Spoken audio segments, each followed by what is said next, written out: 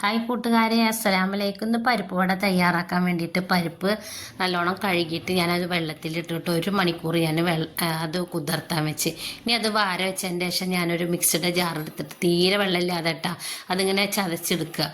അപ്പോൾ അതിൽ നിന്ന് ഒരു കയ്യിൽ പരിപ്പ് ഞാൻ മാറ്റി വെച്ചിട്ടുണ്ട്, അത് ലാസ്റ്റ് ഇട്ട് കൊടുക്കാൻ വേണ്ടിയിട്ട്. ഇനി ഇതിൽ ഞാൻ ചെറിയ ഉള്ളിയില്ലേ, ആ ചെറിയ ഉള്ളി ഞാൻ ചതച്ചെടുത്തതും പിന്നെ ഇഞ്ചും വേപ്പലയും പച്ചമുളകും കൂടെ ചെറുതായി കട്ട് ചെയ്തിട്ട് ഇട്ട് കൊടുത്തിട്ട് അതും പാകത്തിന് ഉപ്പും കൂടെ ചേർത്തിട്ട് അത് എല്ലാം കൂടെ ഞാൻ അപ്പോൾ ഈ മാറ്റി വെച്ച പരിപ്പും കൂടെ അതിൽ ചേർത്ത് കൊടുക്കുക. ഇനി എല്ലാം കൂടെ നല്ലോണം മിക്സ് ചെയ്ത് കഴിഞ്ഞതിന് ശേഷം ഒന്ന് ഇങ്ങനെ പൊത്തി വെക്കുക. എന്നിട്ട് ഒരു 2-3 മിനിറ്റ് കഴിഞ്ഞതിന് ശേഷം അതിൽ നിന്ന് ഓരോ ഉരുളകൾ എടുത്തിട്ട് നമ്മൾ ആ ഉരുള നമ്മൾ കയ്യിൻ്റെ നടുഭാഗത്ത് വെച്ചിട്ട് ഇങ്ങനെ മറ്റേ കൈ കൊണ്ട് ഇങ്ങനെ അമർത്തി കൊടുക്കുക. അപ്പോൾ ഈ നടുഭാഗം കുറച്ചിങ്ങനെ പൊന്തി നിൽക്കും. അതാണ് പരിപ്പ് വടക്ക് കാണാനും ഭംഗി, നല്ലതാട്ടോ അങ്ങനെ ചെയ്യുമ്പോൾ.